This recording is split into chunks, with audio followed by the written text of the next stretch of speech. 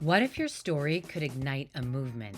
At New Solutions Network, we merge truth, resilience, and reinvention, fueling shows that cut past the noise and light up what really matters: human potential. Police, athletes, survivors, incarcerated folks, visionaries, we bring raw, real voices the world needs to hear. Want to share your story? Want to sponsor change? Now is the time. New Solutions Network, unlocking the future, one voice at a time.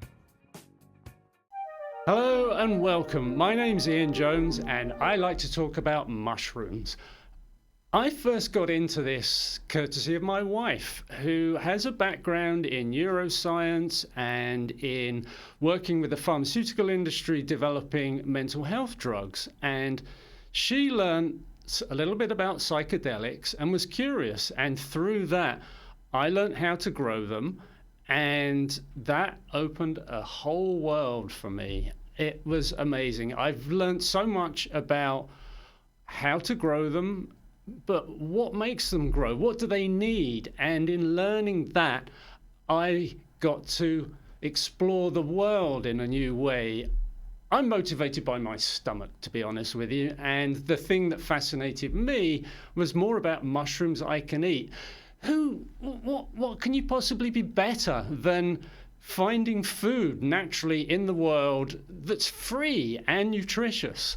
And through starting learning about psychedelic mushrooms, I learned about functional medicine and a whole bunch of science that a lot of doctors and a lot of health professionals and opinion makers in this country are very skeptical about. But there's really solid science about not just how nutritious these mushrooms can be, not talking about necessarily psychedelic ones here, but all the other ones that we'll be talking about over the course of the next few episodes, to give health benefits as well. And so I started looking at that in a lot more detail. And there are mushrooms which grow naturally in the US and all throughout Europe and across the world, naturally occurring mushrooms that have health benefits. I learned some of this through reading up a little bit about traditional Chinese medicine, and some of the mushrooms that are used there have been used by doctors over hundreds, if not thousands of years. And what that means to me is that they must have had some kind of evidence that these things have the benefits that they're prescribing for, not necessarily with all the science to go with it that we have nowadays.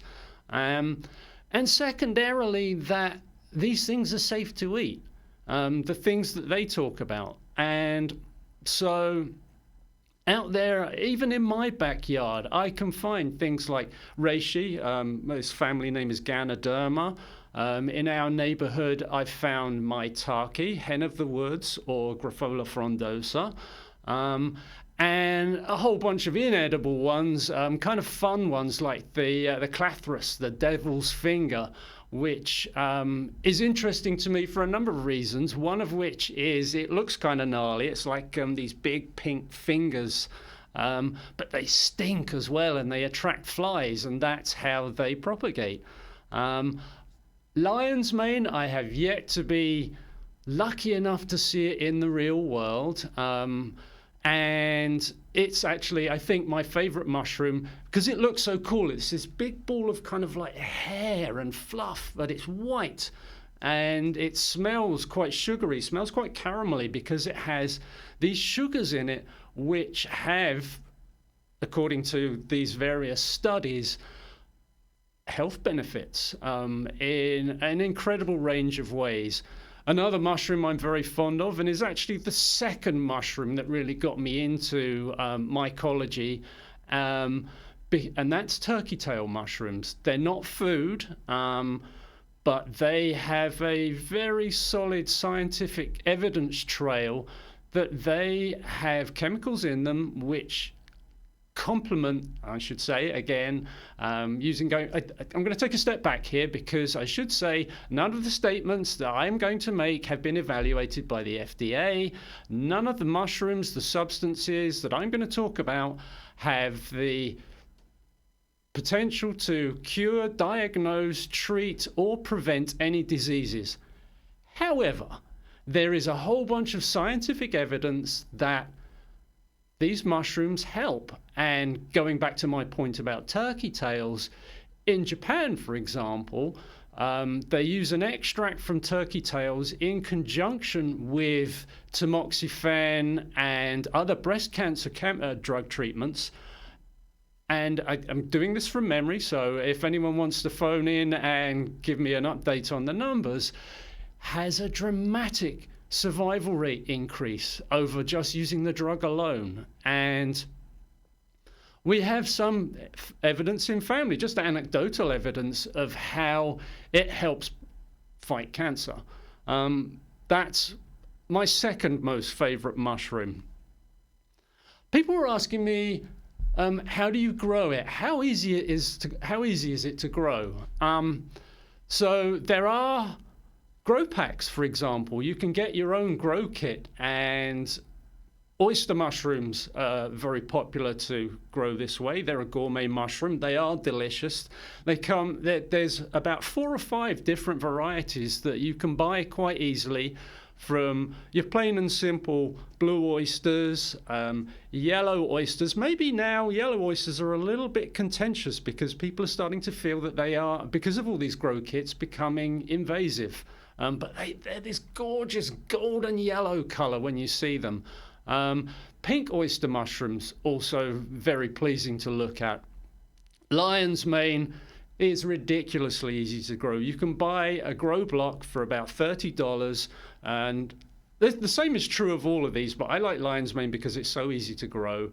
But basically you put the block on your countertop and you mist it with a little bit of water, and as long as it's clean, in a few weeks you'll have this gorgeous bloom of your mushroom of choice, whether it be oyster mushrooms or lion's mane, and you can peel that off the block and another one will grow back. And you can typically get 2 to 3, we call them I've lost my words for a second there, but a flush. Basically, each one is referred to as a flush, and so you might typically get 2 or 3 flushes of a grow block, maybe more. Now, if you're really cunning and you have the equipment, which I'm going to talk about a little bit in a moment, you can clone mushrooms. But this is a really deep dive into mushroom growing. So for the absolute beginner, grow blocks are a perfect gateway into a world that is huge. Now, to really get into it, there are a few key pieces of equipment, and I do this at home. I do it in my kitchen, and it's very common to do it that way. One of the first things that you will need is 70% isopropyl alcohol, because the key to growing mushrooms is sterility and a clean environment. It's different from gardening in that way, because the dirt that you're going to use, and I'll talk about that in a moment, has to be treated in such a way that it's favorable to just the mushroom you're trying to grow. And contamination is the primary problem in mushroom growing. There are a couple of ways it can get contaminated, a couple of things that can get contaminated with that will ruin the batch, and all your great efforts will be spoiled. However, if you have pressure cooker and a series of petri dishes, and you can make those, and we'll probably have time to talk about that in a moment, and a box to do the work in, because one of the things that you can do to make sure that your preparations are sterile is to use a still air box. And essentially what this is an upturned tote bin. Get a nice big, I can't even think of what volume it is, of tote bin, a nice clear tote bin, drill 2 8-inch holes in so you've got room to put your hands in. And before you start, basically spray everything down with the isopropyl alcohol before your mushrooms get anywhere near it. If that alcohol touches the mushrooms, they're dead. So you need to just prep the surfaces with alcohol. being mindful that it produces flammable vapors. And we'll touch on another safety issue related to that in a moment. And essentially spray down the inside of the still air box, turn it upside down, and then you can sterilize your basically you can take your mushroom and put it in there and get a sterile scalpel, and then if you can transfer a piece of that mushroom into your petri dish, then you can then grow that out. Okay, so the petri dishes, you can make them, you can buy them. To make them, it's relatively simple. You can certainly buy from Amazon sterile, empty petri dishes with a bottom and a lid. They come in like packs of 20 or packs of 40. You need some kind of bottle that you can sterilize, and you can make up a solution of the agar solution in that bottle, sterilize it in a pressure cooker, and then once it's cool enough to handle, bring it into the still air box, and then pour out the agar solution into all your petri dishes, and then let them cool. And I have to say, I'm such a nerd. I love fresh petri dishes, and to me, it's almost like a wealth to have a stack of petri dishes that have been loaded and cooled and are ready to put interesting things in and grow them. It's a bit of a risky thing. Typically, I will lose maybe 3 or 4 of those petri dishes if I make a stack of 20, because despite all my efforts, you still got to let it sit there. And as I mentioned in a previous episode, the air around us is laden with fungal spores. And so it only takes one, and the spores in the air include things like trichodoma and various aspergillus species. And if they land on your petri dish, they will colonize it. They will love being there, and it will be useless to you. So if you can successfully produce nice clean petri dishes, you can have a world of fun. For example, I've bought various varieties of mushrooms from the supermarket. Even your standard white button mushrooms, Agaricus bisperus, and here's a little aside. Supermarkets will sell you white button mushrooms, cremini, they sometimes call them chestnut mushrooms, which is not correct, or portobellos. It's all the same mushroom. They just look slightly different. Their genetics are exactly the same. And you can do this where you cut them in half. You can take a section out of the middle of the stem and put it on a petri dish. And then you will produce one of my other favorite things about mushrooms. You'll produce this mycelium. And if you're lucky, you'll get to see all the tendrils. They're called hyphae. And these are the really smart things. These will kind of work their way underground out in the wild, and they will hunt for food, or they will back away from if they find something toxic or harmful to them. Amazing stuff. And from there, we go on to the next stage of growth, which is to get this mycelium colonizing a starter substrate, and that typically is going to be some kind of grain. I prefer rye berries. I've had more success with that than I've tried using wild bird seed, and the other popular one is corn. For me, both of those either resulted in a slow or stalled colonization or contamination. And I found particularly with corn, it contaminated very easily, whereas rye berries always seem to hit the mark for me. And the rye berries go in a ball jar after they've been soaked and cooked, and I usually use 16-ounce ball jars. Sterilize those in the pressure cooker again, and once they're cool enough to handle, you can take the grown out mycelium from your petri dish and just cut it into pieces and drop it in the top of the jar and close the jar. Obviously, all this has to be done in the still air box to keep it all sterile, and then it's just a waiting game. Probably over the course of the next 4, 6, 8 weeks, 2 months, I've had quite a range of outcomes from this about how long it takes to basically fully colonize a 16-ounce jar of grain with this mycelium. And from there, Once it's fully colonized comes the real fun part. This is the bit that's most like gardening. At this point, if you have a jar of colonized grain, you're kind of at the same stage as a gardener would be if they planted seedlings and they were in the first little starter pots, and you're ready to go out and put those in big pots or put them out in the yard. With mushrooms, it's a slightly different process. You can't just use regular dirt because it's full of contaminants. It'll ruin it straight away unless you sterilize it. You can sterilize, again, we call this substrate. It's the dirt that you grow the mushrooms in. And if you have a big pressure cooker or specialized equipment, you can sterilize it. But you can buy it, and you can buy it sterilized, and as long as it's in the bag without the bag being opened, it's good to go. And I actually use a recipe that is cocoa coir, vermiculite, and a little bit of gypsum. It's called CVG. It's very common amongst mycologists for growing mushrooms. And essentially, you can mix these things up in a big bucket and use it. You can pasteurize it rather than sterilize it. And I've had a lot of success with that. So it doesn't need to be absolutely sterile the way the grain does, the way the petri dish does. It's just pasteurized. And what that means is I've got a big Home Depot bucket that I put my cocoa coir and my vermiculite and my gypsum in, smash it all up so that it kind of mixes nicely, and then pour in boiling water.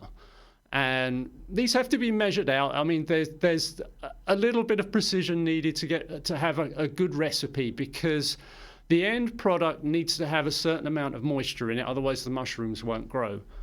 So skipping over those steps, I've made this pasteurized substrate and it's sitting ready to go.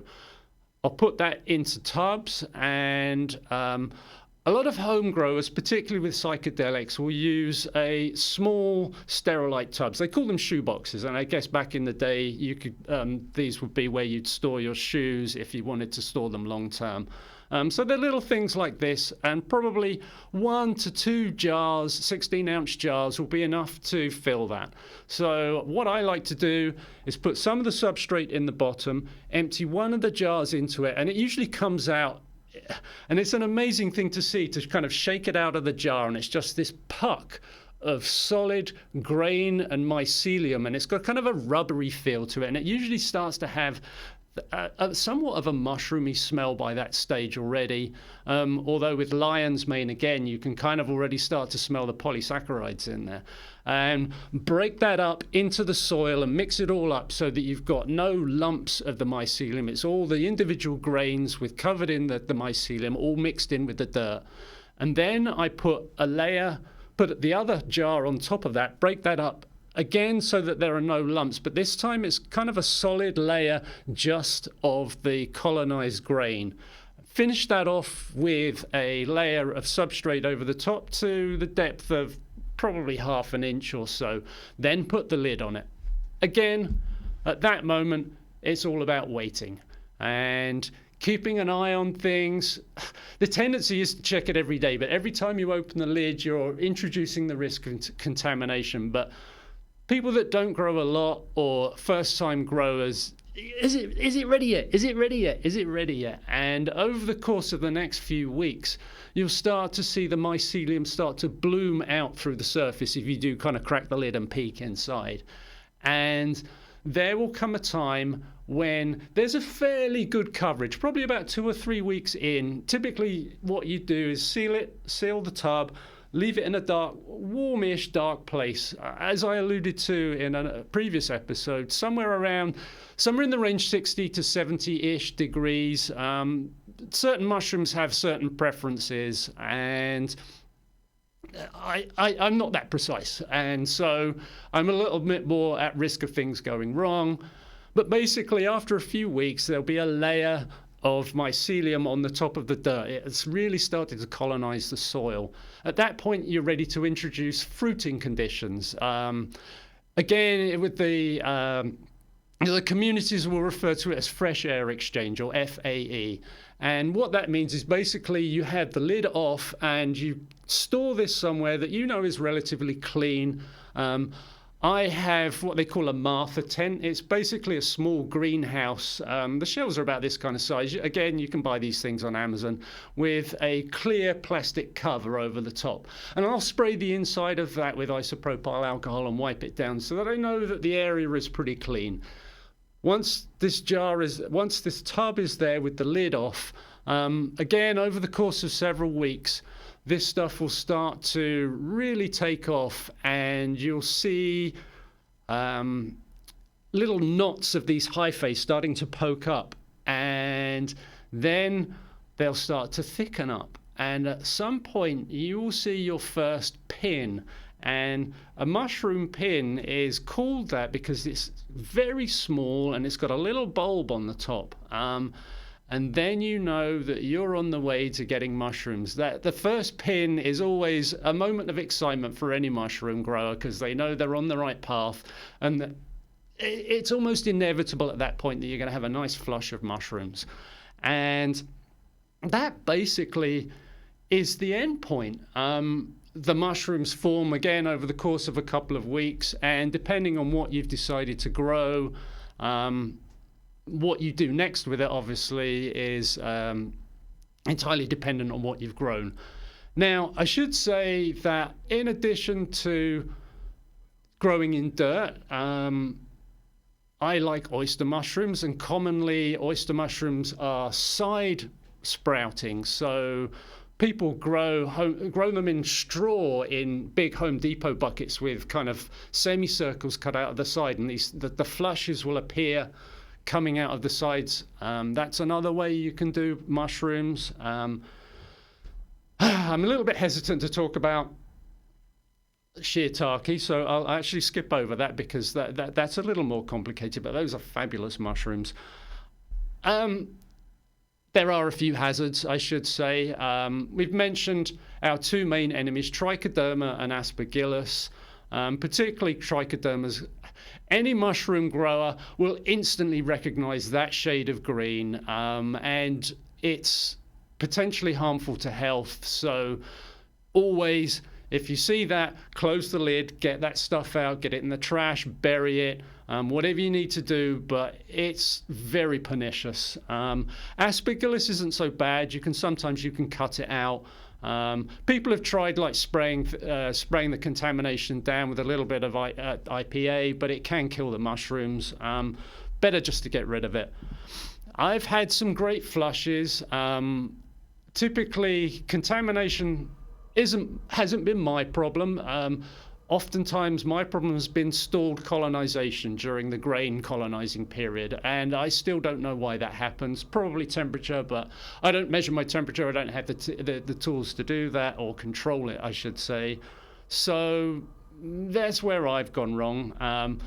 I've had some great flushes. I love lion's mane. I had a culture of lion's mane that I grew over and over and over, and it gave me so much satisfaction. But you can get satisfaction from even just buying the grow kits and having a lovely flush of pink or blue oysters and so on, and then you get to eat it.